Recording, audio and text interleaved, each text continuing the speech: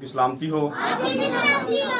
खुदावंद के शुक्रगुजार हैं इस अच्छे और खूबसूरत वक्त के लिए जो खुदावंद ने हमें दिया, ताकि हम अपने खुदा के हजूर जमा हो सकें और अपने खुदा के हजूर आकर खुदा के कलाम को सुन सकें, सीख सकें और अपनी जिंदगी के लिए हदायत और रहनुमाई को हासिल कर सकें।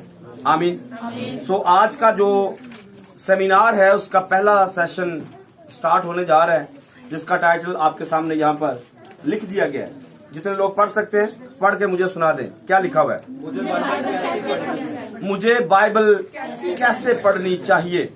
आज का ये पहला सेशन, पहला सवाल के साथ इसको हमने स्टार्ट लिया है, क्योंकि यहाँ पर अक्सरियत के अंदर जो लोग हैं वो बाइबल सीखने वाले बैठे हुए हैं, या सीखने वाले या सिखाने वाले हैं। खुदा के खादम यहाँ पर पास्टर सलीम साहब हैं, पास्टर वसीम साहब हैं, मुबशर यासर साहब हैं, डीकन शाकर साहब हैं, डीकन जिशान साहब यहाँ पर बैठे हुए हैं। बाकी खुदा की खादमें भी यहाँ पर बैठी हुई हैं, एल्डर इरफान साहब बैठे हुए हैं। सो सारे के सारे बाकी जो बच्चे यहाँ पर हैं, हम तकरीबन बाइबल को सुनने वाले, सुनाने वाले, सीखने वाले और सिखाने वाले बैठे हुए हैं। कुछ लोग हैं जो मतलब बाइबल को कम पढ़ते हैं या कम सुनाते हैं, लेकिन फिर भी हम मसीही हैं।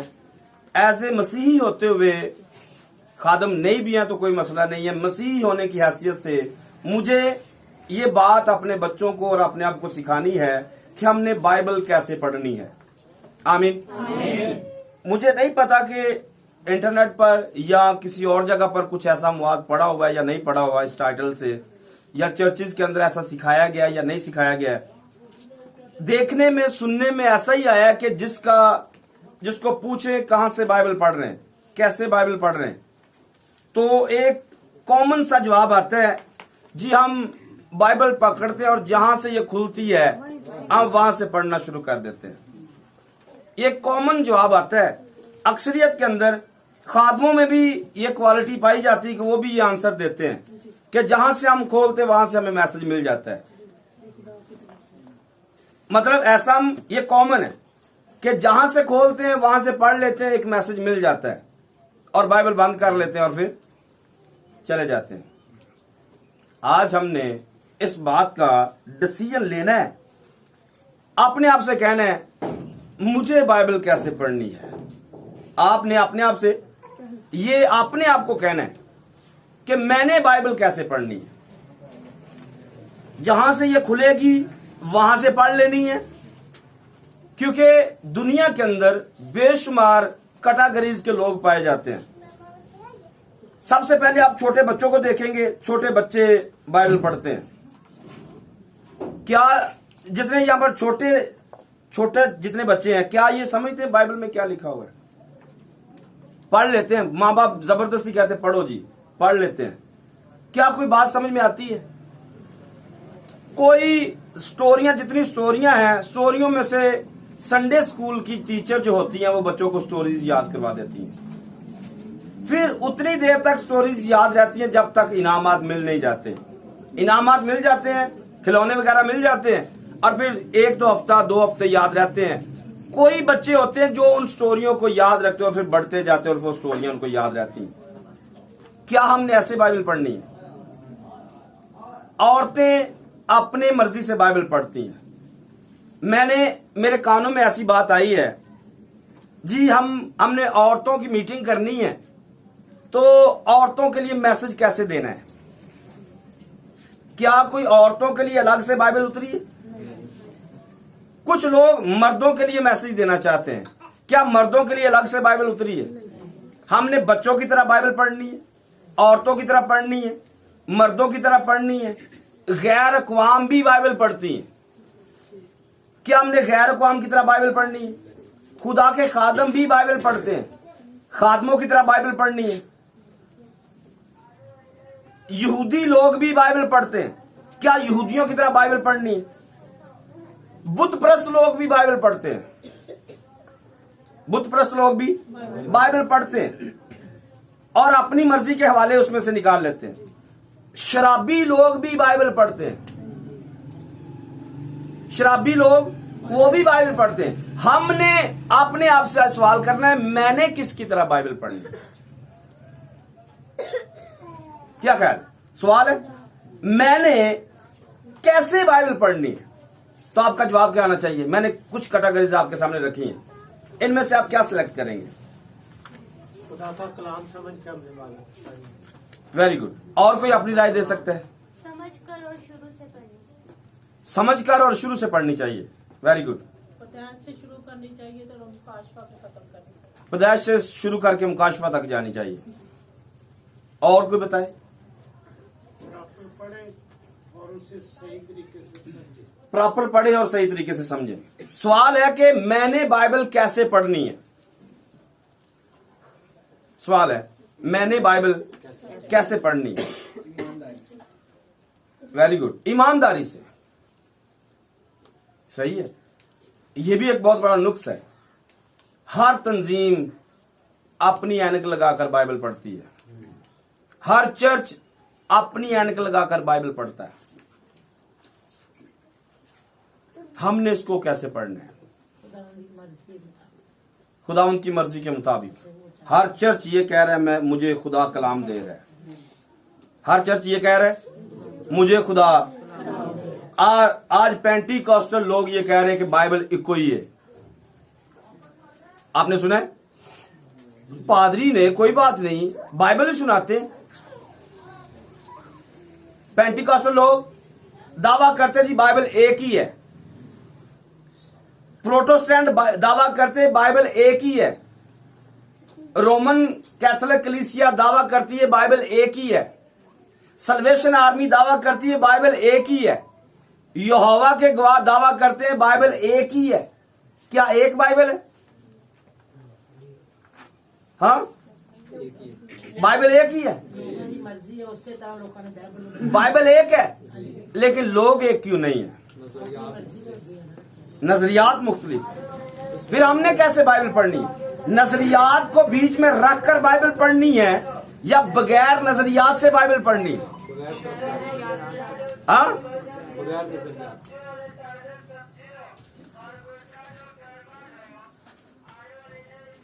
मैंने बाइबल कैसे पढ़नी है? सल्वेशन आर्मी की तरह बाइबल पढ़नी है? हाँ, सल्वेशन आर्मी की तरह बाइबल पढ़नी है?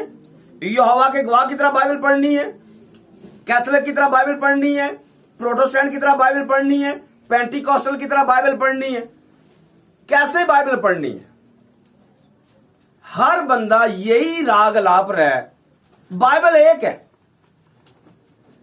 अब यहूदी को पकड़ेंगे, यहूदी हमें बाइबल पढ़ने वालों को काफिर करार देते हैं। हम भी बाइबल पढ़ रहे हैं, वो भी बाइबल पढ़ रहे हैं। अक्सरियत में वो हमें जो कट्टर यहूदी हैं वो गैर कौमों को आज भी कुत्ता ही कहते हैं। तो हम तो कह रहे हैं हम बाइबल पढ़ रहे हैं, हम खुदा के बेटे हैं। वो आगे से हमें अपनी रमज में बातें सुनाते हैं, पढ़ तो वो भी बाइबल रहे हैं।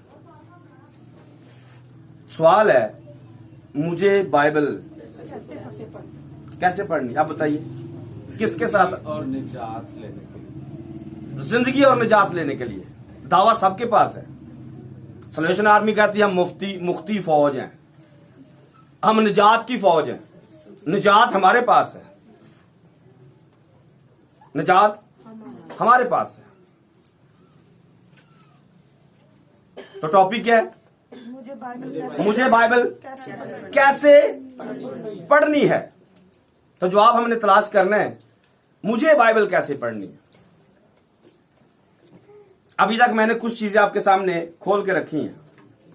निजात के दावेदार, अगर कोई ये कहता है कि निजात के दावेदार है तो निजात का दावेदार सल्वेशन आर्मी है।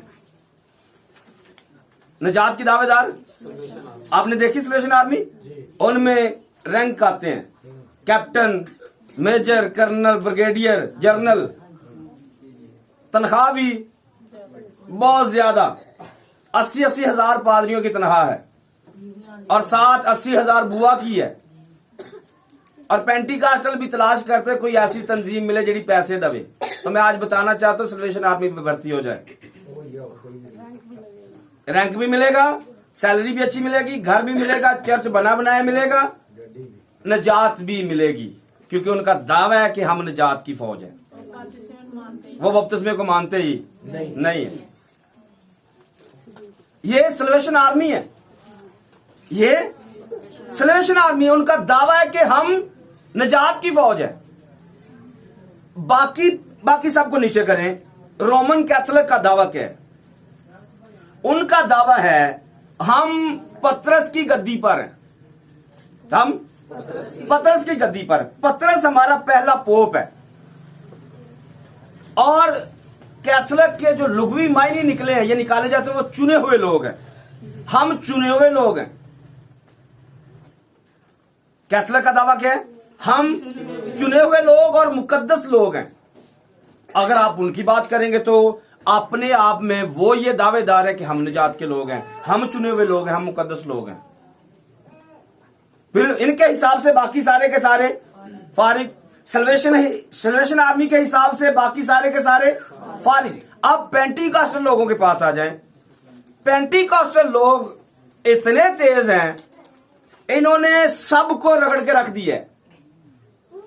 पेंटिकॉस्टल ने इन्होंने बताया जी हम रसूलों की जगह पर हैं।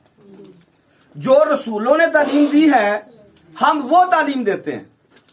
हम रसूलों के अमाल की किताब में जो कुछ लिखा है हम वो मानते हैं। और जो नेमतें उनके पास थी वो नेमतें हमारे पास हैं। ये भी बाइबल में लिखा हुआ है, ये भी दावेदार है।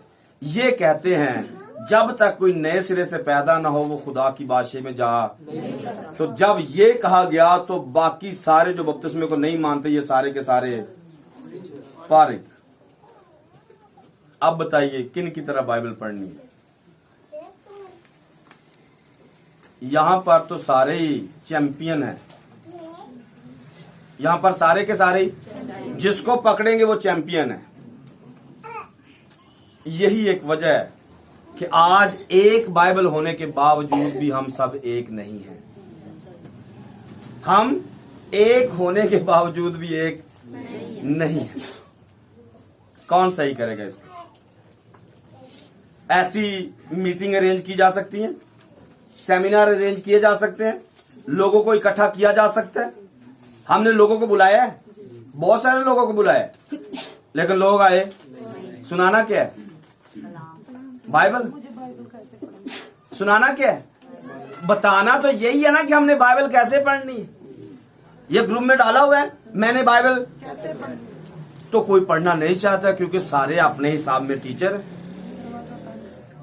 अपने हिसाब में उस्ताद है। तो उस्ताद नहीं सीखते हैं कि मुझे कैसे पढ़नी है। हाँ, जिनमें शागिर्दियत का रूह मौजूद है वो जरूर कहते हैं कुछ ना कुछ तो मिलेगा ही ना। भाई अगर बंदा बुला रहा है तो कोई ना कोई चीज तो मिलेगी, खाली तो नहीं जाएंगे ना। तो मैंने ये सारी चीजें आपके सामने डेटा खोल के आपके सामने रखा है। अब फैसला करें मुझे बाइबल कैसे पढ़नी है। निजात के दावेदार सारे ही हैं और मतलब पेंटिकॉस्टल बाकी सबको फर्क करार देते हैं, कैथोलिक बाकी सबको फर्क करार देती है, यहोवा के गवाह सबको फर्क करार देते हैं, सल्वेशन आर्मी बाकी सबको फर्क करार देती है। सारे ही एक दूसरे को फर्क करार देते हैं, सारे फर्क असी सही हैं। तो जो ये कह रहा है असी सही है, फिर उनकी तरह बाइबल पढ़नी है। हाँ, मुझे बाइबल कैसे पढ़नी है? आज हमारा सवाल क्या है?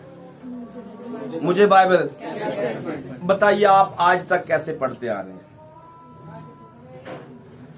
ये तो अभी मैं बताऊंगा कि मैंने कैसे पढ़नी है, मैं तो अपना बताऊंगा। आप मुझे बताइए आप कैसे पढ़ते हैं? शुरू से पढ़ रहे। कुड़ी ने बड़ी चाड़ मारी, शुरू से पढ़ रहे जी। कोई और बताएगा कैसे पढ़नी चाहिए? आज ये बात भी सीखेंगे। वेरी गुड, कैसे पढ़नी चाहिए ये भी सीखेंगे। हम सीखने के लिए आए हैं। सीखेंगे। आमीन, वेरी गुड। ये तो मतलब ये तो फाइनल है कि हम सीखेंगे, सारे मिलकर सीखेंगे। लेकिन आज तक जो सीखा है, जो पढ़ा है, वो क्या पढ़ा है? ये भी तो मतलब हमारा तजर्बा है ना, एक्सपीरियंस भी तो शो करना चाहिए ना। आपकी आवाज रिकॉर्डिंग में जानी चाहिए। इस्लामाबाद की बेदार कलीसिया ऐसे बाइबल पढ़ती है। पहले सीखा, जो पादियां सिखाया वो सीखा, सब लोगों ने वही सीखा। पहले जो खादमों ने सिखाया वो सीखा है, सही है, उसके पीछे गए हैं। उसके पीछे गए, सही है। हमारा सवाल ये नहीं है, हमारा सवाल ये कि मुझे बाइबल कैसे पढ़नी है। तो आज तक मैंने कैसे पढ़ी है? पढ़ी है जी, मैंने 10 दफा पढ़ी है, मैंने 8 दफा पढ़ी है, मैंने 6 दफा पढ़ी है। कैसे पढ़ी है? इब्तिदा में खुदा को देखकर उसमें डूब गए, आखिर में मुकाश में जाके आमिर लिखा उसमें निकल आए। मैंने ऐसे पढ़ा। चलो जी, एक बंदा आया जी, मुकाशफा पैदाइश की किताब में खुदा लिखा है, उसमें डूब गया और एंड पे जाके आमीन लिखा, उसमें से बाहर निकल आए। सही है। चलो कुछ ना कुछ तो बताया है ना, जरूरत करके बंदे ने कुछ ना कुछ तो बोला है। आज मैं 1-2 कुलिया दूंगा आपको। पहले भी कई दफा मैंने बताया हुआ है, बातों बातों में बहुत कुछ पहले डिस्कस किया हुआ है, लेकिन चूंकि आज हमारे पास टाइटल ही ये है कि पढ़ना कैसे है, तो वो मैं जरूर आप तक पहुंचाऊंगा। फिर आपने फैसला करना है कि मैंने आज तक ऐसे ही बाइबल पढ़ी है या मैंने कैसे पढ़ी। एक पहले आपको बता देता हूं, बिशप साहब ने हमें बताया, पहला जो मुझे बताया गया कि हम खादम हैं, खादम बनने जा रहे हैं, और खादम बनते बनते हमें लोगों को कलाम सुनाना है। मेरे पास कोई किताब नहीं है, अभी मेरे पास कोई किताब नहीं, मैं आपसे जुबानी बात कर रहा हूं। मुझे एक टॉपिक दे दिया गया जी, आपने मोहब्बत पे कलाम सुनाना है, लेकिन आपको हम ना कोई किताब देंगे, ना आपको कोई पेपर देंगे, सिर्फ आपको यहां पे खड़ा करेंगे, आपने लेक्चर देना है। क्या करेंगे? इसके लिए क्या करेंगे? सबसे पहले जिसने मोहब्बत की है, जिसने मोहब्बत, वो मुझे पता होना चाहिए। ये कुलिया आपको दे रहा हूं कि जिसने मोहब्बत की है उसका मुझे इल्म होना चाहिए। खुदा ने मोहब्बत की है, खुदा के बारे में मुझे कंप्लीट इल्म होना चाहिए। मोहब्बत को बयान करना है, तो जिसके बारे में आपने बात करनी है उसके बारे में आपको कंप्लीट इंफॉर्मेशन होनी चाहिए। बाइबल पढ़नी है, कोई भी आपने चीज लेनी है, उसका शुरू और उसका एंड आपको इल्म होना चाहिए। उसका शुरू, उसका एंड आपको इल्म। फिर आप यहां पर खड़े हो जाएंगे, फिर आपको बताना नहीं पड़ेगा, हवाले तलाश नहीं करने पड़ेंगे, क्योंकि हवाले बाइबल स्टोरी आपके अंदर ऑलरेडी इंस्टॉल की गई है। तो बाइबल कैसे पढ़नी है? जैसे विंडो को कंप्यूटर के अंदर इंस्टॉल किया जाता है, विंडो को कंप्यूटर के अंदर इंस्टॉल किया जाता है, तो इंस्टॉल करने के लिए आपको अगर सारे फीचर चाहिए तो आपको हर उस जगह पर क्लिक करना है जो परमिशन मांगी जाती है। आपने कोई एप्लीकेशन डाउनलोड करनी है, फोन में एप्लीकेशन डाउनलोड कर रहे हैं, क्या करती है? परमिशन चाहिए, आपकी गैलरी की इंफॉर्मेशन चाहिए, कॉन्टैक्ट चाहिए, आपकी सारा ऊपर से नीचे तक आपको ओके करना पड़ेगा। फिर जाकर आपकी एप्लीकेशन आपके मोबाइल में या फोन में या कंप्यूटर में इंस्टॉल होगी। अगर आप उसे पूरी इजाजत नहीं देंगे, वो कभी भी आपके फोन में इंस्टॉल होने वाली नहीं है। बाइबल कैसे पढ़नी है? पहले अपने आप को बाइबल को इंफॉर्मेशन देनी है, अपनी इंफॉर्मेशन बाइबल को देनी है, और देकर उसे जो कुछ वो कहे उसे अपने अंदर इंस्टॉल करना है। ऐसे नहीं कि जहां से दिल किया पढ़ लिया और मजमून मिल गया तो चल आगे निकलते हैं, ऐसा नहीं है। बाइबल को आपने अपने अंदर इंस्टॉल करने के लिए बाइबल को पढ़ना है। जैसे एक दफा फोन के अंदर आपके एप्लीकेशन आ जाए, जब तक आप अनइंस्टॉल नहीं करते तब तक वो आपके फोन में महफूज रहती है और आप उससे फायदा उठाते हैं। आप जो भी आपने उससे करना है आप उससे करते हैं। तो बाइबल कैसे पढ़नी है? बाइबल अपने अंदर इंस्टॉल करने के लिए पढ़नी है, और नंबर 2 पर इससे फायदा लेने के लिए और फायदा देने के लिए पढ़नी है। फायदा देने के लिए और फायदा लेने के लिए बाइबल पढ़नी है। और जितने स्टूडेंट हैं उनसे जरूर मैं कहना चाहूंगा कि जब भी आपने बाइबल पढ़नी है तो बाइबल को हिफ्ज करने के लिए बाइबल पढ़नी है। बाइबल को याद करने के लिए लिखा हुआ है, याद करके तू सब्बत का दिन। आज लोग क्यों पाक नहीं मानते? क्योंकि वो याद ही नहीं है। जो चीज आपको याद ही नहीं है आप उस पर वर्क नहीं कर सकते। तो बाइबल कैसे पढ़नी है? बाइबल याद रखने के लिए पढ़नी है। अगर आपको आज तक बाइबल नहीं आई, नहीं याद, तो उसके पीछे आपकी वजह है, आपके पास कोई टारगेट नहीं है, आपको किसी ने बताया नहीं है कि बाइबल पढ़नी कैसे है। और जब आप बाइबल इस गरज से पढ़ेंगे कि मैंने इसको याद करना है और याद करके मैंने दूसरों तक पहुंचाना है, या मैं एक मां हूं तो मैंने अपने बच्चों तक पहुंचाना है, तो तब आप बाइबल जब भी सुनेंगे, कलाम जब भी सुनेंगे, आप उसे अपने अंदर इंस्टॉल करेंगे और उसके सारे फीचर अपने अंदर आने देंगे ताकि वक्त पर आपको वो फायदा दे सके। अगर आप ऐसे बाइबल नहीं पढ़ते हैं, जहां से दिल किया पढ़ लिया, उधर से पढ़ लिया, इधर से पढ़ लिया, कुछ भी याद नहीं रहेगा। कुछ भी याद रहने वाला नहीं। चंद कोई स्टोरियां याद रहती हैं। कोई पादरी साहब जो दरमियान में कोई चुटकुला छोड़ते हैं वो याद रहता है। अदरवाइज कलाम की जो बेसिक इंफॉर्मेशन होती है वो याद नहीं रहती है, वो निकल जाती है। कोई मजाक की बात यहां से की जाए वो याद रहती है, कोई लतीफा सुनाया जाए वो याद रहता है, लेकिन कलाम याद। वजह क्योंकि हम कलाम को याद रखने के लिए उसको पढ़ते ही नहीं है और सुनते ही नहीं।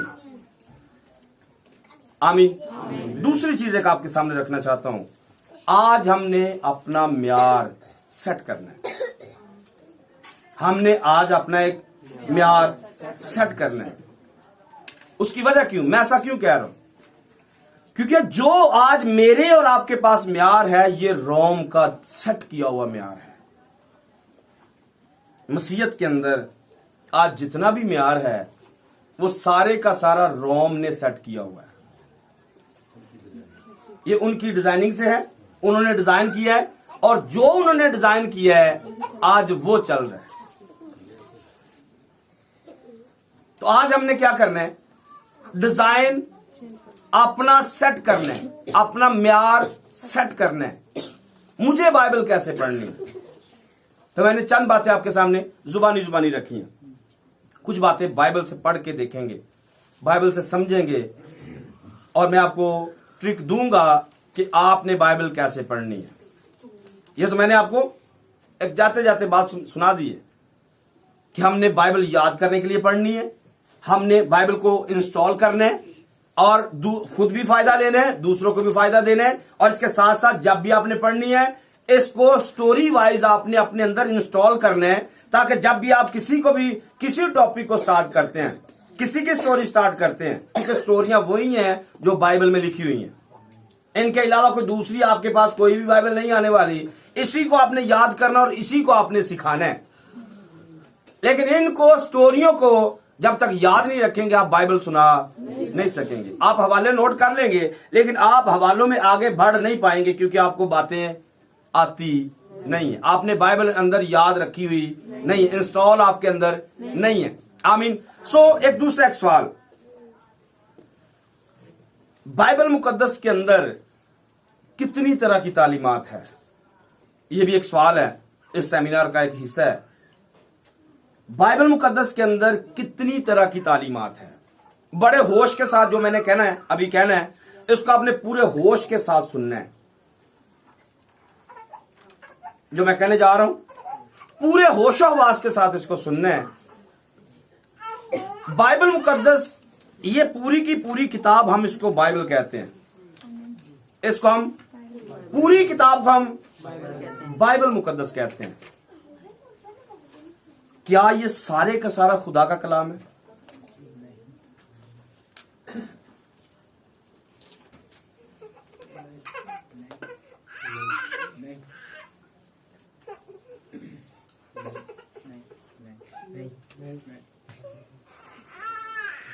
66 किताबों का मजमूआ है। 66 किताबों का मजमूआ है। मैंने कहा मैं आपने पूरे वसूख के साथ ध्यान के साथ समझ लें। हम इसे चूम चूम कर रखते हैं और चूमते हैं, इसे ऊंची जगह पे रखते हैं, इसे मुकद्दस कहते हैं क्योंकि ये हमारे ईमान का हिस्सा है। इसे हमें करना भी है, ऊपर रखना है, सबसे ऊपर रखना है। आमीन है। मैंने कहा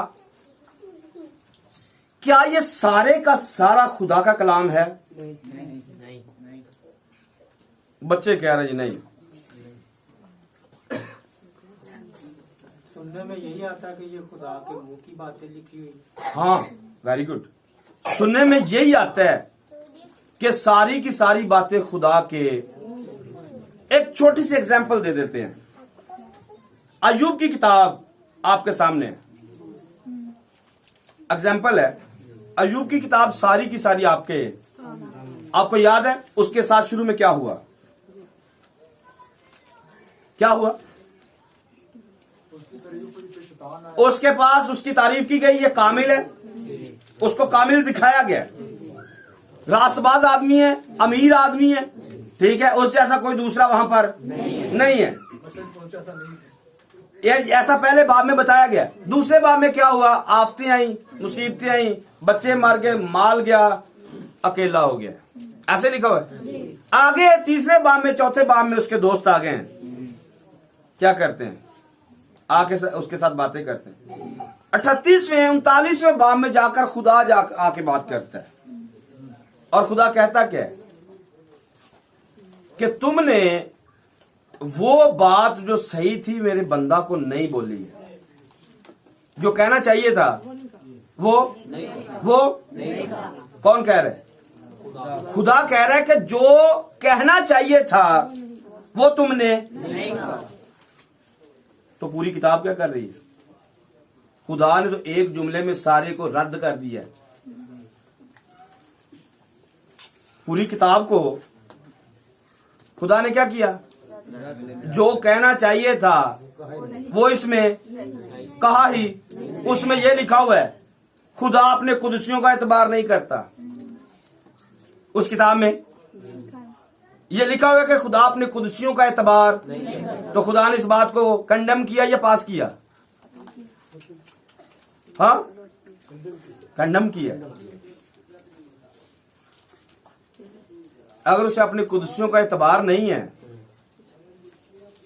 तो सारा निजाम तो कुदसी चला रहे हैं। ये बारिश भेजना, औले भेजना, बाकी जितना भी निजाम चल रहा है खुदा ने फरिश्तों के हैंड ओवर किया हुआ है और फरिश्ते पूरी ध्यानदारी के साथ ये कर रहे हैं। तो बंदा तो अय्यूब की किताब में कह रहा था कि खुदा कुदसियों का एतबार नहीं करता है। तो क्या करेंगे?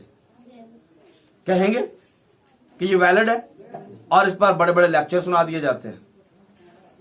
उन आयात पर बड़े बड़े लेक्चर सुनाए गए हैं।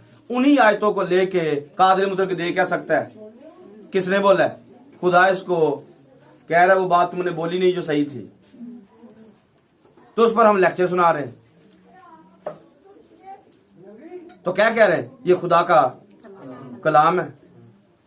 तो कलाम खुदा का हो और खुदा खुद ही कह रहा हो कि तुमने वो कहा ही नहीं जो सही है। आप सोच सकते हैं। मैंने कहा अपने पूरे ध्यान से इसको समझना है। बाइबल कैसे पढ़ रहे हैं और क्या लोगों को सिखा रहे हैं, क्या लोगों को पढ़ा रहे हैं? खुदा खुद बाइबल के हिस्से में अय्यूब के दोस्तों को डांट मारता है कि तुमने वो नहीं पढ़ाया जो पढ़ाना चाहिए था। तो क्या कहेंगे इसके बारे में? आपको बता देना चाहता हूं, आपके ईमान को खराब करना मकसद नहीं है। इसको बाइबल का हिस्सा सारी किताब को क्यों बनाया गया? ताकि हमें नॉलेज हो कि पिछले जमानों में क्या कुछ हुआ है और किसने क्या कहा और किसका उसका अंजाम क्या हुआ है। खुदा का कलाम इन मायनों में है क्योंकि खुदा ने अपनी मर्जी से इनको शामिल होने दिया है। इनके अंदर हमारे लिए जिंदगी है, हमारे लिए सलाह है, हमारे लिए मलामत है, नसीहत है। बनी इसराइल के बारे में जो कुछ उनके साथ हुआ, करंथस की कलीसिया को खत लिखते हुए पौलुस लिखते हैं कि ये बातें हमारे लिए इबरत ठहरी हैं। ये बातें जो कुछ उनके साथ हुआ हमारे लिए ये इबरत है। ये इसलिए लिखवाई गई ताकि हम इबरत हासिल कर सके। इन मायनों में ये खुदा का कलाम है। अदरवाइज वो खुदा के मुंह से नहीं निकल रहा जिसको खुदा कह रहा है कि तुमने वो नहीं कहा जो कहना चाहिए। आप मेरी बात को फॉलो कर सकते हैं? मैंने क्या बोला है? एक पॉइंट मैंने आपके सामने हाईलाइट किया है। इसी बाइबल को हम चूम चूम के रख रहे हैं। इसी के अंदर शैतान लिखा हुआ है, शैतान लिखा हुआ है, सांप लिखा हुआ है, लूत की बदकारी लिखी हुई है, लूत की हरामजादी नस्ल इसमें मौजूद है, मुआबी, अमूनी, अमालिकी, ईसाऊ, दीगर जितनी भी अकवाम है, सातों वो अकवाम जो अमाल की किताब में लिखा हुआ है कि खुदा ने सातों कौमों को तुम्हारे सामने से निकाल दिया है। क्या इसमें दर्ज नहीं है? क्या फलस्तीन इसमें दर्ज नहीं है? क्या दीगर अकवाम दर्ज नहीं है? क्या बुत परस्त इसमें दर्ज नहीं है? फिर भी हम चूम चूम के रखते हैं। इसी के अंदर बनी इसराइल की बगावत भी लिखी हुई है। क्या बनी इसराइल की बगावत खुदा का कलाम है?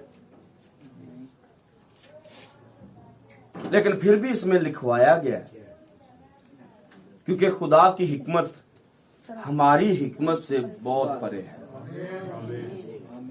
खुदा क्या कर रहा था, खुदा क्या करवा रहा था, कौन सा नक्शा बनवा रहा था, ये आम फहम आदमी से बहुत ऊपर की बात है। खुदा एक टाइम में क्या करता है, एक ही टाइम के अंदर और कितनी बातें उसके अंदर पाई जाती हैं, ये हिकमत के बगैर समझी नहीं जाती। तो थोड़ा हम आगे बढ़ते हैं। मैंने सवाल आपके सामने रखा, बाइबल के अंदर कितनी तरह की तालीमात हैं बाइबल के अंदर? इसको भी आपने पूरे ध्यान से समझना है। आपको हवाले मतलब दूंगा, वो फर्क हवाले आएंगे, इसके बाद आएंगे, लेकिन आपके सामने मैं सिर्फ रख देता हूं। इस बाइबल के अंदर नंबर 1 पर खुदा की तालीम है।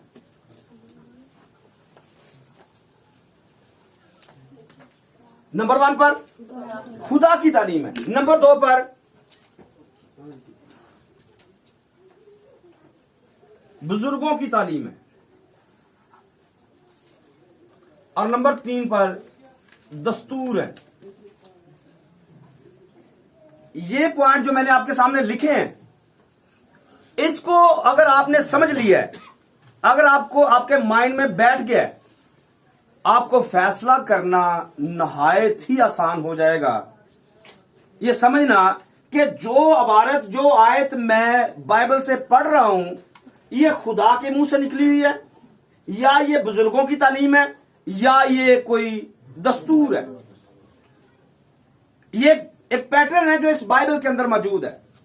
यीशु मसीह कभी कभी ये कह रहे थे कि तुम खुदा के कलाम को या खुदा की तालीम को बुजुर्गों की तालीम से या तालीम को मानते मानते खुदा के कलाम को रद्द कर देते हो। बुजुर्गों की तालीम या बुजुर्गों की रवायत इसी बाइबल के अंदर लिखी हुई है। Yes no? लिखी है या नहीं? इसी बाइबल के अंदर लिखा हुआ है कि बुजुर्गों की रवायत क्या है। इसी बाइबल के अंदर खुदा की तालीम भी लिखी हुई है। इसी बाइबल के अंदर दस्तूर भी मौजूद है। दस्तूर क्या होता है? दस्तूर देखा देखी, रवाज। एक बंदे ने किया है, दूसरे को पूछने की जरूरत ही खुद ब खुद दूसरा करने लग पड़ता है। फैशन बन गया, रवाज बन गया, फैशन बन गया। ये वाला जो हिस्सा है, ये आपको कुज़ात की किताब में नजर आएगा। ये जो दस्तूर है, जितने लोग बरसी करते हैं उनके लिए एक ही हवाला पूरी बाइबल के अंदर लिखा हुआ है, कुज़ात की किताब का, कि जिसमें इफ्ता की बेटी मारी जाती है या वो कुर्बान कर दी जाती है, तो उसकी याद में आप पढ़ते हैं कि उसकी यादगारी के अंदर औरतें 4 दिन तक उस पहाड़ पर जाती और उस पर उसको याद करती, रोती, मातम करती और कहती कि वो फलां बेटी बड़ी अच्छी थी। उसने ऐसा खुदा के लिए किया। और वहां पर लिखा 11वें बाब में, इस्राएल के अंदर ये दस्तूर चल पड़ा। इस्राएल के अंदर ये दस्तूर चल पड़ा। ना तो ये खुदा की तालीम थी और ना ये बुजुर्गों की। तो याद रखना है, बरसी जो मसीहत के अंदर या दुनिया के अंदर मनाई जाती है, ना ये खुदा की तालीम है और ना ही ये बुजुर्गों की तालीम है। ये एक दस्तूर है जो देखा देखी चल रहा है।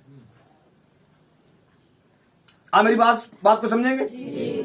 इसी को लेते हुए आप दस्तूर देखेंगे या एक तालीम देखेंगे जिसको सालगिरह कहते हैं। बाइबल में 2 ही दफा लिखा हुआ है। कौन कौन सा? फिरौन का और हेरोदिस का। 2 बंदों ने सालगिरह मनाई है। इसके अलावा कोई तीसरा है? लिख देते हैं। नंबर 1 पर फिरौन और नंबर 2 पर हेरोदिस। अब कोई मुझे बता सकता है कि हेरोदिस और फिरौन क्या ये खुदा के बंदे हैं? नहीं। खुदा के बंदे? कौन है ये? कौन है? तो जो कुछ इन्होंने किया, क्या ये खुदा की तालीम को मान रहे थे?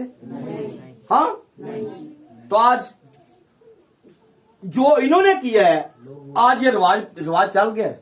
आज ये दस्तूर है। साल जब भी आता है लोग सालगिरह करते हैं। अगर कोई नहीं करता तो लड़ाइयां शुरू हो जाती हैं, झगड़े शुरू हो जाते हैं। क्यों? सालगिरह नहीं मनाई। तो ये मैं आपको सिर्फ दिखा रहा हूं कि ये खुदा की तालीम नहीं है, ये बुजुर्गों की तालीम भी नहीं है, ये तालीम शैतान की तालीम है, लेकिन है इसी बाइबल के अंदर। तो हमने कैसे बाइबल पढ़ी और कौन सी बाइबल पढ़ी और किसने हमें बाइबल पढ़ाई है? हमारा सवाल क्या चल रहा है? मुझे बाइबल कैसे पढ़नी चाहिए? खुदा की तालीम समझकर पढ़नी चाहिए, बुजुर्गों की तालीम समझकर पढ़नी चाहिए, या कोई दस्तूर समझकर पढ़नी चाहिए? मैंने इनमें से मानना किसको, कौन सी बात को कैसे मानना है? आपने आज अपना म्यार सेट करके यहां से जाना है। अगर कोई किसी को प्रॉब्लम आए तो मुझे जरूर वो बात कर सकते हैं। एंड पे आपको मौका देंगे। अगर आप कोई सवाल करना चाहें, बात पूछना चाहें, अभी नहीं बाद में भी करें, क्योंकि हमने अपना एक म्यार सेट करना है। हमने बाइबल कैसे पढ़नी है हम उसको सीख रहे हैं। और आज तक हमें पढ़ाई क्या गई है, पढ़ाई किसने है, हम उसको देख रहे हैं। तो डीकन जीशान साहब, आप जो मैंने बोला है उसको आपने गौर करना है, ऊपर घड़ी की तरफ भी देखना है और उसका इंतजाम भी आपने करना है। हम कहां तक पहुंचे? हमने बाइबल को खुदा की तालीम समझ कर पढ़ना है, बुजुर्गों की तालीम। बुजुर्गों की तालीम समझनी है, खुदा की तालीम समझनी है, या दस्तूर समझना है? किसको मानना है और कैसे मानना है, इसको हमने कैसे मानना है। फिर अगला सवाल, एक इब्रानियों के खात में लिखा हुआ है, मुख्तलिफ और बेगाना तालीम। मुख्तलिफ बेगाना तालीम के सबब से भटकते ना फिरो। आप बता सकते हैं हम मुख्तलिफ तालीम मान रहे हैं, बेगाना तालीम मान रहे हैं, खुदा की तालीम मान रहे हैं? कौन सी हम तालीम मान रहे हैं? ऐसे मसीही होते हुए मैं कौन सी तालीम पर अमल कर रहा हूं? एक मसीही होते हुए मैं कौन सी तालीम पर अमल कर रहा हूं? इन तीनों में से, मेरी तरफ देखिए, इन तीनों में से एक मसीही होते हुए मैं कौन सी तालीम पर अमल कर रहा हूं? कहने को खुदा की, कहने को खुदा की, लेकिन जो नीचे है, हाँ, हम तीनों को रगड़ा दे रहे हैं। हम तीनों को रगड़ा दे रहे हैं, जबकि ऐसा नहीं होना चाहिए। हमने क्या करना है? हमने खुदा की तालीम को मानना है। और खुदा की तालीम के बारे में बड़ा खास रेफरेंस है, पढ़िए मेरे साथ, देखिए अमसाल की किताब, उसका 30 नंबर बाब और उसकी 5वीं आयत को देखिए। अमसाल 30 बाब की 5 नंबर आयत। खुदा का हर एक सुखन पाक है। क्या लिखा है? खुदा का हर एक सुखन, खुदा का हर एक सुखन पाक है। सुखन का मतलब जो मुंह से बात, जो भी बात खुदा के मुंह से निकली है वो खुदा का हुक्म है, वो कलाम है और वो पाक है। वो खुदा के मुंह से अहकाम कितने निकले जी?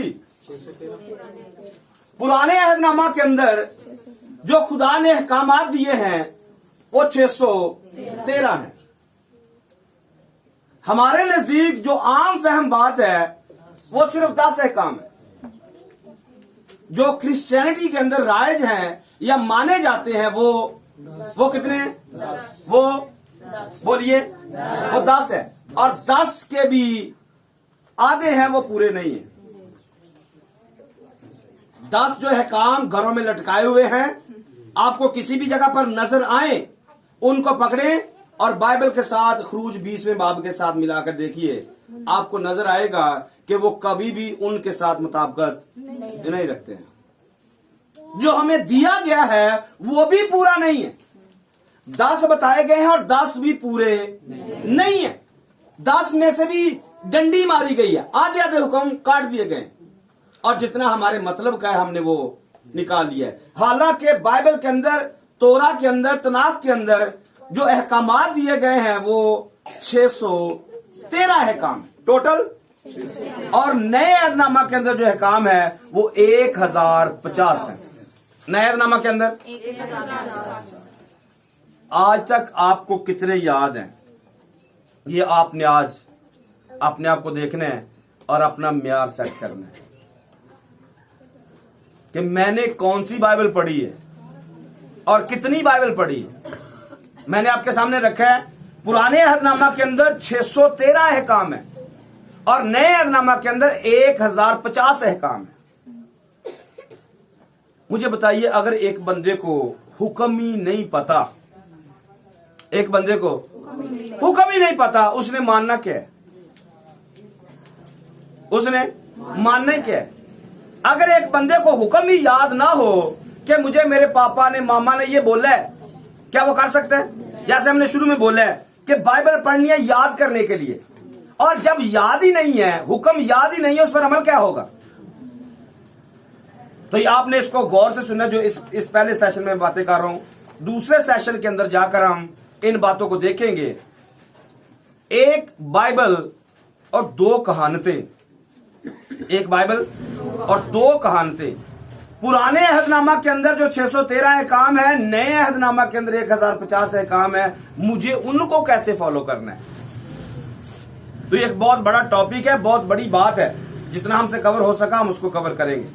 ये कवर होने वाला 1-2 बातों में, ये कवर होने वाला पैगाम के अंदर कवर होने वाला नहीं है। तो भी आपको एक ट्रैक मिल जाएगा, आप उस पर खुद से वर्क कर सकते हैं। आमीन। मैंने आपके सामने क्या रखा है? मुख्तलिफ और बेगाना तालीमात कौन सी है?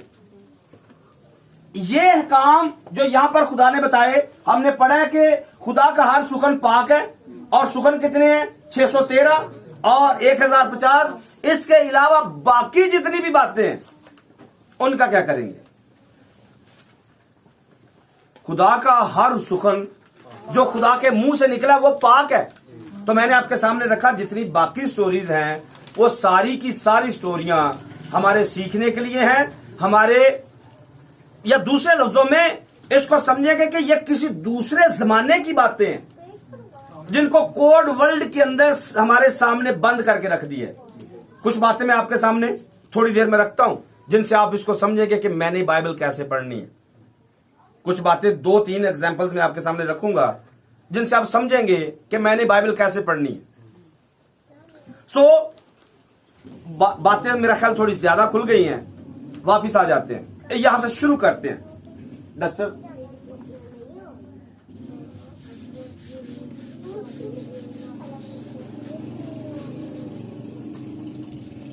यहां से हम स्टार्ट लेते हैं। बाइबल कैसे पढ़नी? बाइबल पढ़ने के 3 कुलिये, 3 तरीके। नंबर 1 पर नंबर 1 पर तशबीहात, नंबर 1 पर, नंबर 2 पर मुकाशफात या मुकाशफा, और नंबर 3 पर अदादोशुमार।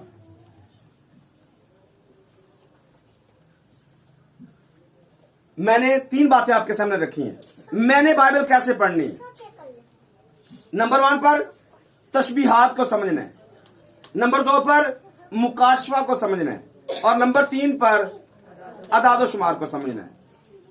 अगर आपको इनकी समझ नहीं है, ये जो मैंने तीनों पॉइंट आपके सामने रखे हैं, आप बाइबल पढ़ने वाले अच्छे स्टूडेंट जिंदगी भर नहीं हो सकते हैं। अगर आपको ये तीनों बातें नहीं आती हैं तो आप बच्चों की तरह तो बाइबल पढ़ सकते हैं, आप गैर कौमों की तरह बाइबल पढ़ सकते हैं, आप अपनी मन मर्जी से बाइबल पढ़ सकते हैं, आप देखा देखी बाइबल पढ़ सकते हैं, लेकिन आप एक अच्छे स्टूडेंट कभी नहीं हो सकते अगर आपको ये तीनों बातें समझ नहीं आती हैं। कैसा लग रहा है आपको? ये तीनों बातें आती हैं? आपको तीनों बातें आती है? एक बंदा आवाज दे रहा है जी, आमीन कह रहा है। जी आती है। तीनों बातें आती हैं? 2 बंदे हो गए, 3 बंदे हो गए जी। 3 बंदों को ये आता है, बाकियों को नहीं आता है। बाकियों के लिए फिर से ये नया काम है। कुछ नहीं बोल रहे हैं, मुझे उनका भी पता है, उनको थोड़ा बहुत आता है, लेकिन वो इकरार नहीं कर रहे हैं। कोई बात नहीं, एक हवाला पढ़ते हैं। यहां से आपने समझना है बाइबल कैसे पढ़नी है। कोई भी बंदा बुलंद आवाज से पढ़ेगा। पैदाइश की किताब, उसका पहला बाब और उसकी पहली 5 आयत को हम पढ़ेंगे। ये एक एग्जाम्पल मैंने आपके सामने रखी है। जो मैंने कहा था मैं आपको 2-3 एग्जाम्पल बताऊंगा कि मैंने बाइबल कैसे पढ़नी। पैदाइश की किताब, उसका पहला बाब, उसकी पहली 5 आयत। खुदा ने इब्तिदा में जमीन और आसमान को पैदा किया, खुदा ने इब्तिदा में जमीन और आसमान को पैदा किया, और जमीन वीरान और सुनसान थी, जमीन वीरान और सुनसान थी, और गहराओं के ऊपर अंधेरा था, गहराओं के ऊपर अंधेरा था, और खुदा की रूह पानी की सतह पर जुम्बश करती, खुदा की रूह पानी की सतह पर जुम्बश करती थी। और खुदा ने कहा कि रोशनी हो जा, खुदा ने कहा रोशनी हो जा, और रोशनी हो गई, रोशनी हो गई। और खुदा ने देखा कि रोशनी अच्छी है, खुदा ने देखा कि रोशनी अच्छी है, और खुदा ने रोशनी को तारीकी से जुदा किया जी। और खुदा ने रोशनी को तो दिन कहा, और तारीकी को रात, और शाम हुई और सुबह हुई, सो पहला दिन हुआ। आमीन। सो क्या पढ़ा हमने? पैदाइश पहले बाब की पहली 5 आयत हमने पढ़ी है। इनको आम कोई भी बंदा पढ़ता है तो उनको ये ऐसे ही नजर आता है जैसे ये लिखा हुआ है जो हमने पढ़ा है। इसको जो लिखा है हम इसी पर आमीन करते हैं। ये आमीन है, ये ऊपर से गुजर जाएगा।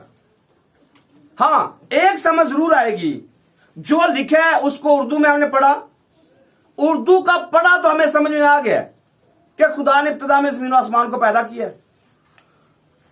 लेकिन अगर आप थोड़ी सी अक्ल और शौर से काम लेंगे तो आपको कुछ समझ में आएगा कि ये यहां पर जो लिखा हुआ है जमीन और आसमान को पैदा किया, ये जमीन पहले थी या जमीन बाद में थी?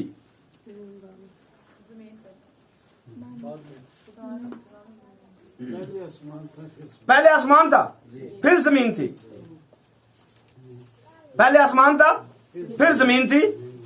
अब यहां पर क्या लिखा हुआ है? खुदा ने जमीन और आसमान को, पहले जमीन को बनाया इस आयत के अनुसार, फिर आसमान को बनाया। यह भी एक प्रॉब्लम नहीं है, प्रॉब्लम इससे थोड़ी आगे है। यशायाह की किताब में आइए, एक हवाला देखिए, 45 बाब और उसकी 18 नंबर आज को देखना है। यशायाह 45 की 18 नंबर आज। क्योंकि खुदावन ने जिसने आसमान पैदा किया, क्या लिखा है? खुदावन जिसने आसमान पैदा किया, किया या किए? किया किए किया किए वही किया। किए। वहां पर क्या लिखा है?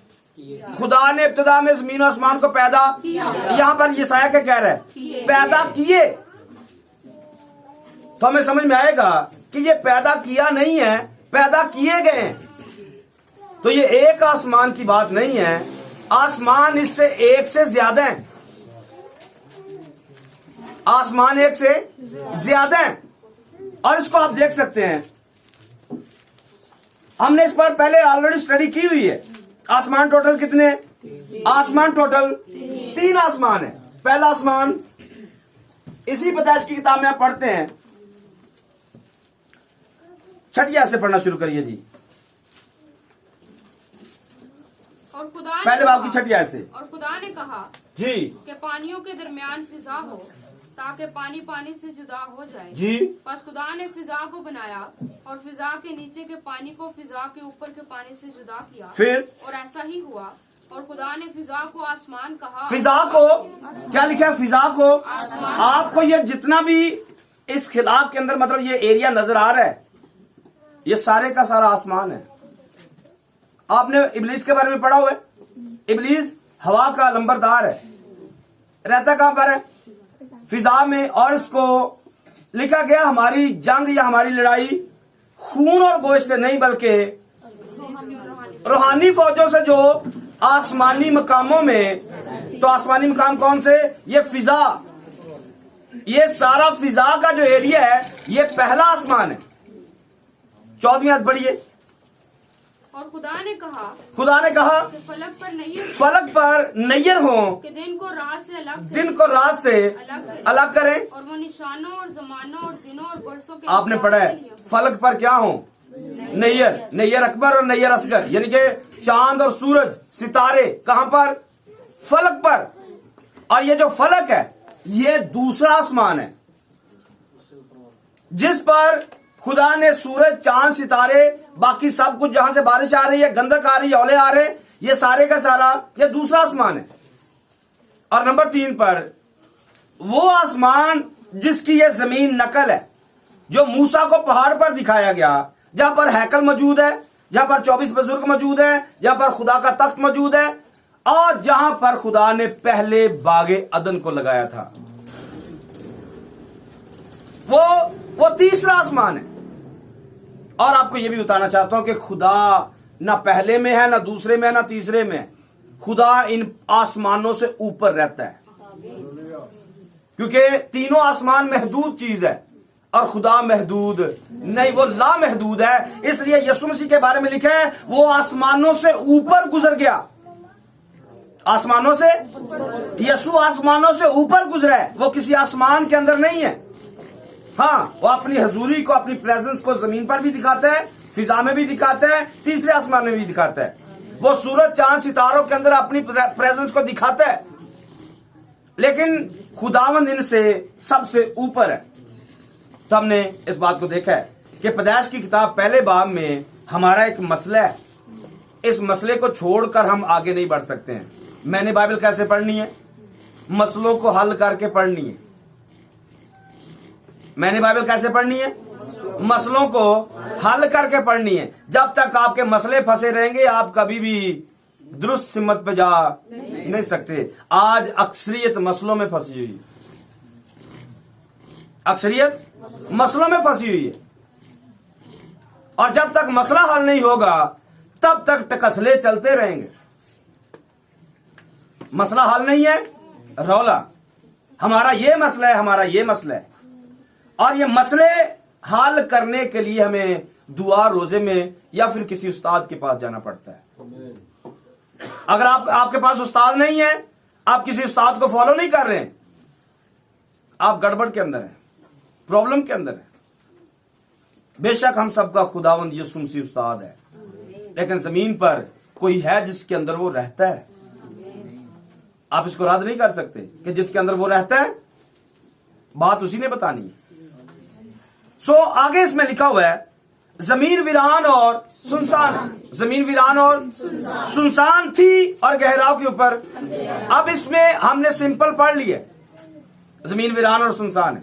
अच्छा, इसको अदादो शुमार के अंदर देख लेते हैं। सबसे पहले इसको देख लेते हैं, इसकी आयात टोटल कितनी है? जी, ये बाइबल पढ़ने का एक तरीका आपके सामने आने वाला है। आपने बाइबल पढ़नी और पढ़ानी है, लोगों को सिखानी है। इसकी टोटल आयत कितनी है जी? टोटल 5 आयत है। पहली आयत, दूसरी आयत, तीसरी आयत, चौथी आयत, 5वीं आयत। आपने इनको गौर से पढ़ना है। पहली आयत में क्या लिखा है? खुदा। पहली आयत में खुदा, और एक का मतलब खुदा ही होता है। एक का मतलब खुदा ही होता है। और नंबर 2 गवाही का आदत है। नंबर 2 गवाही का आदत है। और नंबर 3 कामल होने का आदत है। और नंबर 4 दुनिया का आदत है। और नंबर 5, ये आपने इसको समझना है। पहली आयत जब हम पढ़ते हैं तो खुदा ने इब्तिदा में जमीन और आसमान को पैदा किया। दूसरी आयत गवाही दे रही है कि जमीन वीरान और सुनसान है। दूसरी आयत गवाही क्या दे रही है? जमीन वीरान और तीसरी आयत क्या कह रही है? खुदा ने रोशनी बनाई है। खुदा ने, तो जब रोशनी बनाई तो ये कामिल होने की निशानी है। और नंबर 4 पर क्या लिखा है? खुदा ने देखा कि रोशनी अच्छी, और खुदा ने रोशनी को तरीकी से जुदा किया। चौथी आयत में क्या हुआ? तारीकी रोशनी दोनों जुदा जुदा हुए और जमीन बन गई। जमीन, ये दुनिया 4 का अदद है। और नंबर 5 पर क्या लिखा है? खुदा ने रोशनी को दिन कहा, तारीकी को रात, शाम हुई, सुबह हुई, सो ये खुदा के फजल से मुमकिन हुआ है। पहली 5 आयत में आपका खुदा भी मौजूद है, गवाही भी मौजूद है, कामलियत भी मौजूद है, दुनिया भी मौजूद है, और खुदा का फजल भी। हमने बाइबल कैसे पढ़नी? हमने अदादो शुमार को समझकर बाइबल पढ़नी है। इसी के अंदर आपका अदादो शुमार मौजूद है, पहली 5 आयत के अंदर। इसी के अंदर आप मुकाशवात भी देख सकते हैं, तशबीहात भी देख सकते हैं। लिखते कम है, जो लिखा काफी है। जमीन तशबीहात के अंदर देखिए, आसमान तशबीहात के अंदर देखिए, पानी तशबीहात के अंदर देखिए, सूरज को, चांद को या रोशनी को, तारीकी को तशबीहात के अंदर देखिए। क्या चलता है, क्या होता है? मुकाशवा किताब 17वें बाब में लिखा हुआ है, जो पानी तूने देखे, वो कौमें, उम्मतें, कबीले, गिरोह और अहले जुबान है। जो पानी तूने देखे, मैं आपसे ये कहना चाहता हूं, जो पैदाइश की किताब पहले बाब में आपने पानी देखे हैं, पढ़ दे, आज पढ़ दे जी, क्योंकि बहुत सारों के लिए शायद नहीं हो सकती है। 17वें बाब की 15वीं आयत को देखना है।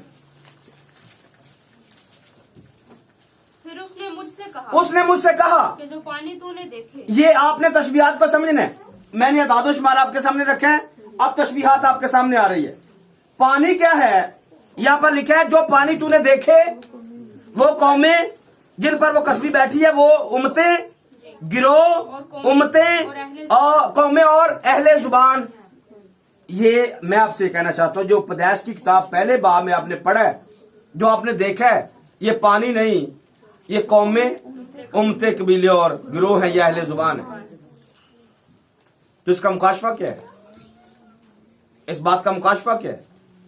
आज ये जो कुछ जमीन पर चल रहा है, या हम सब जो यहां पर मौजूद हैं, हम सारी की सारी जो दुनिया के ऊपर कौमें, कबीले, उम्मतें और गिरोह रह रहे हैं, अहले जुबान रह रहे हैं, आज खुदा का रूह हम पर जुम्बश करता है। आज खुदा का रूह हम पर जुम्बश करता है, और करता क्या है? तारीकी को रोशनी से। आज यहां पर हम क्यों हैं? खुदा तारीकी को रोशनी से जुदा कर रहे, और हमारी जिंदगी में अंधेरा दूर करके वो रोशनी को पैदा कर रहे हैं। और रोशनी के बारे में लिखा है, ये खुदा का कलाम है। तेरा कलाम मेरे कदमों के लिए चिराग, राह के लिए। ज़बूर 119 की 105 नंबर आयत। कलाम क्या है? कलाम रोशनी है। कलाम तो खुदा क्या कह रहा है? आज कच्ची आबादी में खुदा क्या कहना चाहता है? यहां पर रोशनी होगी तो तारीकी जाती रहेगी। पैदाइश की किताब हमारी जिंदगी में स्टार्ट हो जाएगी। पैदाइश, हम पैदा हो जाएंगे, और जब तक हम रोशनी में नहीं आते हैं, रोशनी में आएंगे कब, इसको भी समझिए। रोशनी में कब आते हैं?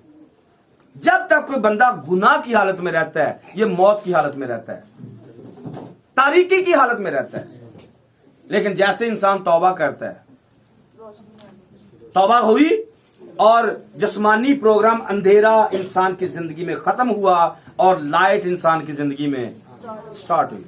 आपको पता है, आपका तौबा का हाथ जब उठ जाता है, यूं तो एक छोटा सा अमल है, यूं तो छोटा सा अमल है, लेकिन ये अमल आपको आसमान की बादशाही के अंदर लेकर जाने वाला अमल है। क्योंकि ये हाथ उठता ही, ये हाथ उठता नहीं है। क्यों नहीं उठता?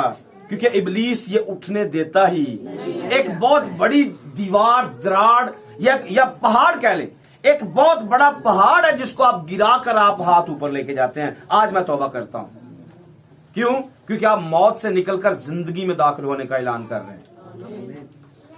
तो जब हम तौबा कर चुकते हैं तो हमारी जिंदगी में अंधेरा खत्म हुआ और रोशनी, फिर हम कहते हैं हमारी जिंदगी में पहला दिन हो गया। एक ही हवाले के अंदर हमने तशबीहात को पढ़ा, मुकाशफा को पढ़ा, आपने अदादो शुमार को पढ़ा। हमने बाइबल कैसे पढ़नी है? तशबीहात को रखते हुए, मुकाशफात को रखते हुए, अदादो शुमार को रखते हुए, हमने सामने रखते हुए बाइबल को पढ़ना है और फिर इसको अपने अंदर इंस्टॉल होने देना है। अगर आपको तशबीहात समझ नहीं आ रही है, आपको सीखने की जरूरत है। एक और मिसाल पढ़ लेते हैं। लूका 15वें बाब में आइए, उसकी 11 नंबर आयत को देखिए और इसके साथ लूका 19 बाब की दूसरी आयत को देखिए। फिर उसने कहा, 19 बाब की दूसरी आयत में और 15वें बाब की 11 नंबर आयत। फिर उसने कहा, अच्छा बेटा आप टाइटल पढ़ ले, क्योंकि टाइम नहीं है कि इसको हम लंबा पढ़े। टाइटल में क्या लिखा हुआ है? खोया हुआ मुसरा बेटा है। आप सब इस बात को वाकिफ है, इस बात को जानते हैं, खोया हुआ बेटा। और दूसरी मिसाल क्या है? ज़कई छोटे कद के, ज़कई छोटे कद के। इसको आप कैसे पढ़ेंगे? ये संडे स्कूल में बच्चों को पढ़ाया गया है, हमने इसको समझा, इसको जानते हैं, जुबानी हम सबको याद है, लेकिन हम इसको कैसे पढ़ेंगे? तशबीहात के अंदर, हम इसको मुकाशफात के अंदर पढ़ेंगे, हम इसको अदादो शुमार के अंदर पढ़ेंगे। अगर आप पढ़ेंगे, इसका बाब नंबर क्या है? खोए हुए बेटे का बाब नंबर क्या है? हाँ, 15 का अदद क्या है? 15 का अदद जब कोई 6 के अंदर आता है तो वो दुनिया में गुम हो जाता है, दुनिया में गुम हो जाता है। और ये वैसे भी 6 इंसान का अदद है, 6 इंसान का अदद है। और जब तक इंसान ही रहता है, खुदा तक रसाई हासिल नहीं होती है, ये खोया हुआ रहता है, ये गुम होता है। फिर इसको जरूरत पड़ती है किस बात की? किसी चीज की जरूरत पड़ती है जो इसे वापस अपने मकाम तक लेकर जाए। इसमें एक बेटे का किरदार है, एक बाप का किरदार है। कैरेक्टर को आपने समझना है, कैरेक्टर वाइज भी आप बाइबल को समझ सकते हैं। कोई भी आप स्टोरी पकड़े, उसके सारे कैरेक्टर निकाल कर अपने सामने रख लें। इसमें ये कैरेक्टर है, मैं आपके सामने जुबानी रख रहा हूं। ज़कई इसके अंदर मौजूद है, सॉरी अब मुसरा बेटा मौजूद है, इसका एक और भाई मौजूद है, इसका एक बाप मौजूद है, उनके एक नौकर चाकर है। ये क्या करते हैं? अपने हिस्से का माल लेगा और यहां से उड़ेगा, लेकर अपने दोस्तों में बद चलनी में उड़ाएगा। एक दिन ये सूरों में होगा, इस पर स्टडी दी हुई है। एक दिन ये सूरों के अंदर होगा और फिर एक दिन ये तौबा करेगा और तौबा करने के बाद ये वापस आएगा। अब आपने पूरी स्टोरी के अंदर तशबीहात को पकड़ना है। ये बाप कौन है? ये बेटा कौन है? ये इसका दूसरा बेटा कौन है? अच्छा, ये बद चलनी में पैसा कौन सा उड़ा रहा है? इसको पढ़ना है। और फिर इसके साथ साथ फिर एंड पे जो आखिरी कंडीशन है, इसका रहना सहना किनके साथ है? सूरों के साथ है। सूर कौन है? तशबीहात में बताया हुआ है। तशबीहात में पढ़ेंगे, पकड़ेंगे, आपको समझ में आएगा। आपको याद है सूर किसको बोला गया? जो आपकी बात सुनकर उसको ही फाड़े। आपकी बात सुनेंगे, आपको ही पलट कर, पहले तो कलाम को रौंदेंगे, फिर आपकी बातों को पलट कर आप ही को रौंदेंगे। ये बाइबल की तशबीहात है। बाइबल में ऐसा बताया गया। तो हमने बाइबल को कैसे पढ़ना है? सारे कैरेक्टर निकालने, कैरेक्टर निकालकर उनके तशबीहात के अंदर उनके मतलब निकालने, और मतलब निकालकर आपको ये मुसरफ बेटा कोई और नहीं, शायद आप खुद अपने आप को ढूंढ लें कि मैं ही वो मुसरफ हूं मैं ही वो बेटा हूं जिसने यीशु को कबूल किया हुआ है।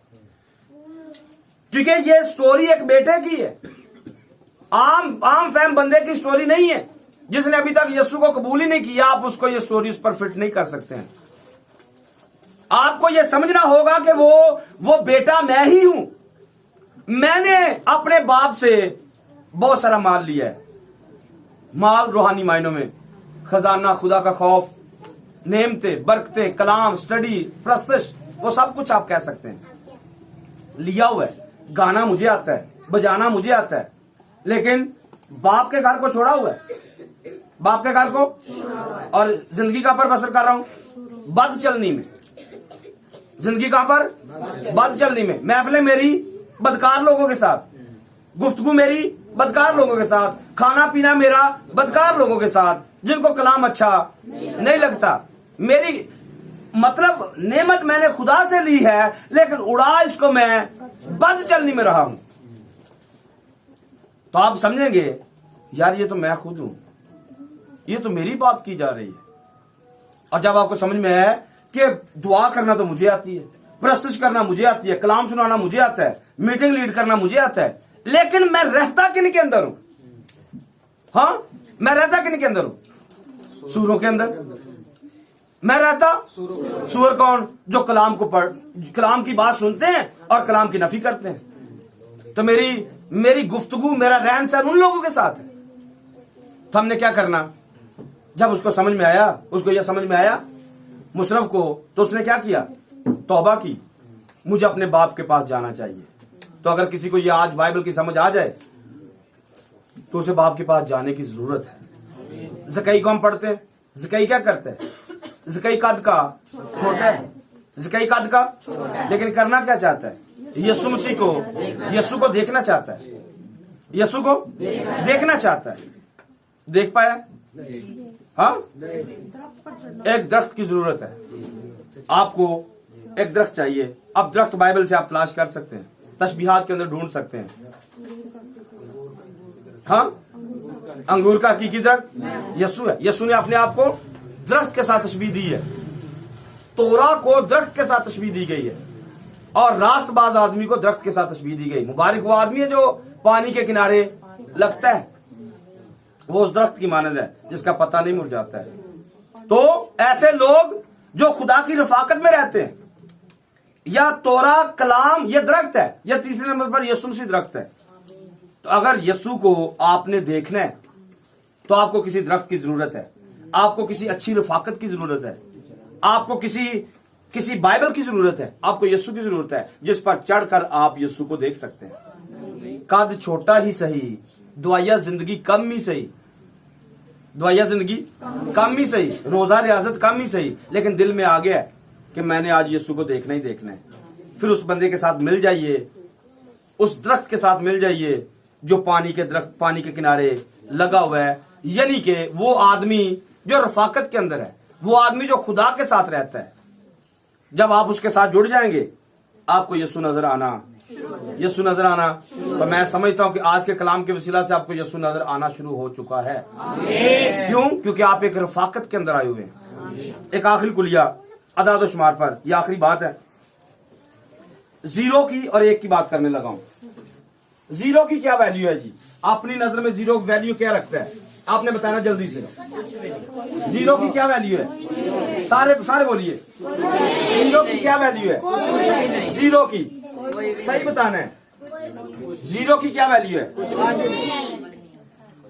अगर बढ़ जाए तो जीरो की कोई वैल्यू नहीं। हमने ऐसा पढ़ा है, हम ऐसा जानते हैं। वैल्यू किस बात की है?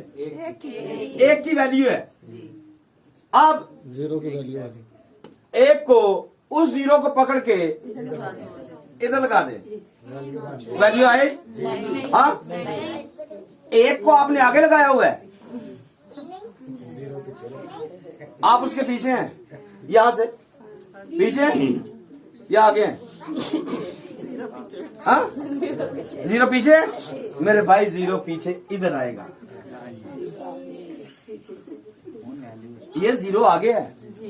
जब एक नंबर बंदे को आप पीछे रख दें और जीरो वाला आगे लीड करे, वैल्यू क्या बढ़ेगी? हाँ, जीरो की वैल्यू अपने आप में कुछ नहीं है, लेकिन बहुत सारे आज ऐसे भी हैं जो है जीरो लेकिन लगे आगे हुए हैं, और जिसकी वैल्यू है उसको कुछ समझते ही उसको पीछे किया हुआ है। लेकिन जीरो की वैल्यू बढ़ गई। जीरो की वैल्यू कब? जब एक के पीछे आया है। अब दूसरा जीरो देखिए, वैल्यू जीरो की बढ़ी। तीसरे को देखिए, जीरो की वैल्यू बढ़ी। चौथे को देखिए, वैल्यू बढ़ी। पांचवे को देखिए, बढ़ी। छठे को देखिए, वैल्यू बढ़ती जा रही है या नहीं? किसने वैल्यू बढ़ाई है? अच्छा, इसको हटा देते हैं, इसको हटा दिया। हाँ, आज यही हालत कलीसिया की है। जिसकी वैल्यू है वो साथ नहीं है, जिसकी वैल्यू है वो साथ नहीं है। एक और असूल बता देता हूं, ये आखिरी पॉइंट, आखिरी है, 2-4 मिनट की बात है। एक को देखिए, आप पढ़ना चाहते हैं एक को, एक की हमने समझा वैल्यू है, लेकिन आगे जाकर आपको थोड़ी परेशानी हुई कि यार, बल्कि लिख देते हैं 1 2 3 4 5 6 7 8 9 और फिर यहां पर 10। इन सब के अपने अपने मतलब है बताए हुए, याद है आपको? बोलिए। 1 का मतलब खुदा, 2 का मतलब गवाही, 3 का मतलब कामल, 4 का मतलब दुनिया, 5 का मतलब फजल, 6 का मतलब इंसान, 7 का मतलब कामलियत, 8 का मतलब यहोवा, 9 का मतलब शैतान, 10 का मतलब कुव्वत। अच्छा, 10 तक तो आपको समझ में आया है। अब 10 के आगे आपने 20 पे जाना है, 30 पे जाना है, 40 पे जाना है, 50 60 70 80 90 और 100। क्या करेंगे? इनकी क्या वैल्यू बढ़ाएंगे? कैसे इसको पकड़ेंगे? तो असूल याद रखने हैं कि जब अदादोशुमार की बात करते हैं तो इनको एक सिंगल डिजिट के अंदर आपको निकालना पड़ता है। मतलब 20 को आपने सिंगल डिजिट में लेके आना है तो जीरो की कोई वैल्यू नहीं, ये अपने आप में 2 की वैल्यू ही रखता है, अपने अंदर ये 2 की वैल्यू ही रखता है। लेकिन कई दफा ये सारे के सारे फिगर भी आपको मुकाशवा देते हैं। मतलब इंसान की उम्र की मियाद, बोलिए, इंसान की उम्र की मियाद कुव्वत हो तो 80। यहां पर देखिए, ये हमारे पास कुछ अलग फिगर दे रहे हैं। इंसान की उम्र की मियाद 70। आप जब 70 पढ़ते हैं या फिर आप 80 पढ़ते हैं तो इनके अंदर बात मौजूद है। अच्छा, 70 को आप देखते हैं, 70 को आप सिंगल डिजिट के अंदर लेके जाएंगे, ये 7 बनेगा। 7 किसका अदद? कामलियत। दूसरे लफ्जों में 7 यस्सु का अदद है। 7 लिखा है। इंसान की उम्र कितनी है? इंसान किस तरह का है? इंसान यस्सु की तरह है। 70 का मतलब इंसान कैसा है? कुव्वत हो तो 8 कौन? यहोवा।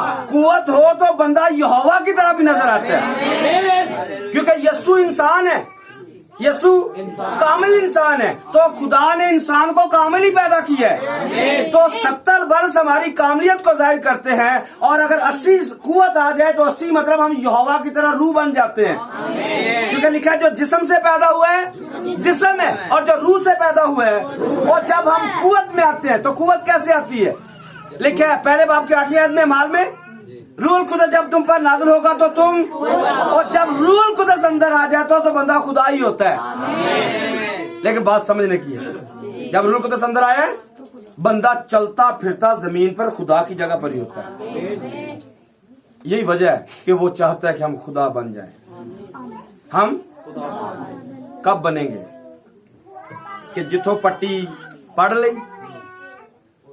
हाँ, जिथों पट्टी पढ़ ले, जिथों मिल गया मुकाशफा मिल गया, जिथों मैनू पैगाम मिल गया। नहीं, आपको अपनी बाइबल पढ़ने का अंदाज बदलना पड़ेगा।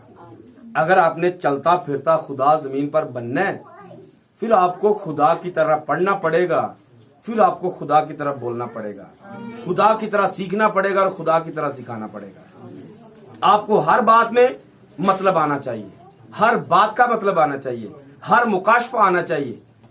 इंसान होते हुए हम कमजोर ही सही, लेकिन अगर खुदा हमारे साथ है, रूहुल कुद्दुस हमारे अंदर है, तो फिर यूहन्ना लिखता है तुम्हें किसी से सीखने की जरूरत नहीं, हाजत नहीं है, क्योंकि वो मसा जो तुम्हें खुदा की तरफ से किया गया है वही तुम्हें सिखाता है। अगर हम रूहुल कुद्दुस को हासिल कर लेते हैं, हम बहुत सारी बातें खुद ब खुद सीखना शुरू कर देते हैं। लेकिन कब? आपकी वफादारी से, आपके रूहुल कुद्दुस की वजह से। अगर रूहुल कुद्दुस पाया, आखिरी बात कर लेते हैं, मैंने जो बताया मुख्तलिफ बेगाना तालीम में ये पैगाम बीच में रह गया है, बंदा सर पे खड़ा है, ये पैगाम बीच में रह गया है, फिर कभी बता देंगे, अगले पैगाम में कल बता देंगे, परसों बता देंगे।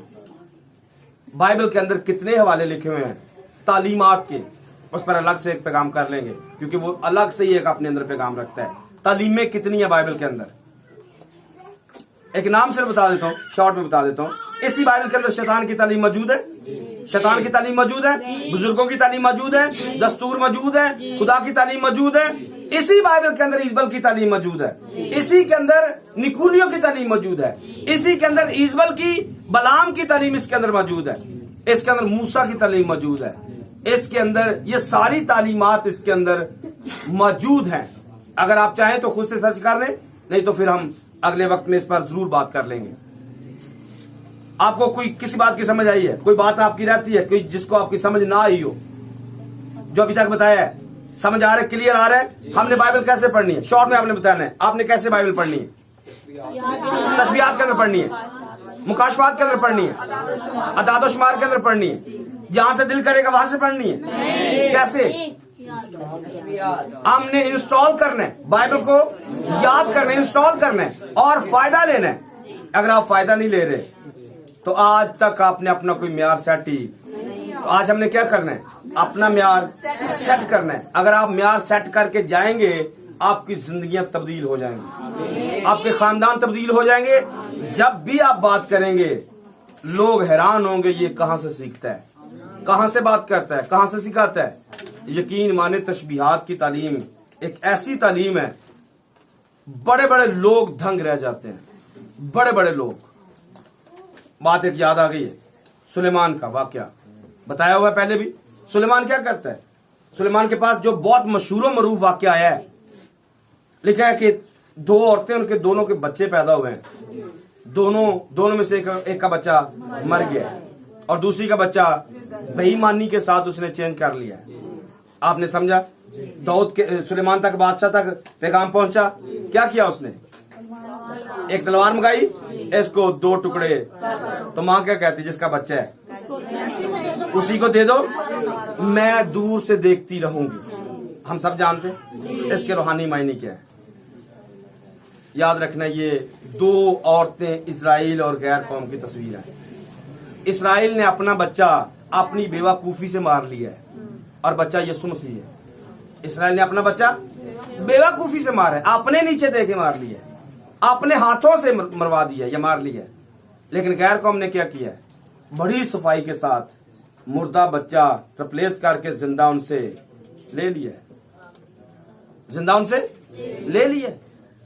मारना से, इसराइलियों के मारने से मुराद कि उनको कदर ही नहीं हुई, था उनके पास जिंदा, लेकिन उन्होंने क्या किया? अपनी बेवकूफियों से, अपनी नालायकियों से अपना जिंदा खुदा गैर कौमों के हवाले कर लिया। और गैर कौमों ने अपनी बुत परस्ती, अपने गुनाह, अपनी नापाकियां सारी की सारी इसराइल को दे दी। इन्होंने चालाकी की, आप और मैं यहां पर चालाकी के अंदर बैठे हुए हैं। हमने बड़ी चालाकी के साथ इसराइलियों से उनका खुदा लिया है और आज वो बुत परस्ती के अंदर, गुनाह के अंदर पड़े हुए हैं। लेकिन जब उनको कभी होश आएगा और देखेंगे कि हमारे पास ये सारे का सारा गंद तो गैर कौमों का है, क्योंकि गैर कौमें बुत परस्ती करती हैं, गैर कौमें गुनाह के अंदर जाती हैं, या गैर कौमें बाकी काम करती हैं। हम क्यों कर रहे हैं? हम तो खुदा के चुने हुए लोग हैं। फिर एक दिन फैसला अदालत में जाएगा, हाँ, अदालत में जाएगा और अदालत में कलाम निकाला जाएगा। तलवार खुदा का कलाम है और कलाम से पमाइश की जाएगी या काटा जाएगा या काटने की कोशिश की जाएगी। बच्चा जिंदा है किसका? तो साबित हुआ ये बच्चा इसराइल का है। साबित हुआ ये बच्चा, तो यीशु उनके पास वापिस चला जाएगा, हमारी चालाकियां खत्म हो जाएंगी। अब वक्त आ चुका है, आज जिस वक्त में हम मतलब यहाँ पर सेमिनार में पैगाम सुन रहे हैं, ये वक्त आ चुका है कि हमारा जो मुर्दापन है, जो गंदगी है गैर कौमों की, वो वापस आ चुकी है। ये कलाम सुनते हुए भी नहीं सुनते, ये देखते हुए भी, जो भी सुनते हैं उसको रद्द कर देते हैं। दिलों पर चर्बी छा चुकी है, आंखों पर चर्बी छा चुकी है और तारीकी जिंदगी में डेरे डाल चुकी है। लेकिन इजराइल की आंखें खुल रही हैं। इजराइल अपने आप को पहचान रहा है, अपनी गलतियों को पहचान रहा है और ये सुन के जिंदगी में वापिस आ रहा है। लेकिन गैर कौमों से ये खत्म हो रहा है। अपनी जिंदगी को देखिए, अपने खानदानों को देखिए, क्या आपकी जिंदगी में यीशु है? आपकी जिंदगी में कलाम है? आप कलाम को किस लिहाज से पढ़ते हैं? यीशु को किस अंदाज में लेते हैं? आखिरी बात, आखिरी लफ्ज, बाइबल खुदा है। बाइबल जब ये आपको पढ़ाए तो आपने वैसा पढ़ना है। खुदा अपने आप को जैसा आपको पढ़ाए, आपने इसको वैसा पढ़ना है। तो खुदा सबको कैसे पढ़ाएगा? जब आपका कनेक्शन खुदा के साथ होगा, तब वो अपनी हालत अपना आप आपको दिखाएगा। आमीन। सो खुदा इस कलाम के वसीले मुझे और आपको बरकत बख्शे। आइए अपनी आंखों को बंद करेंगे।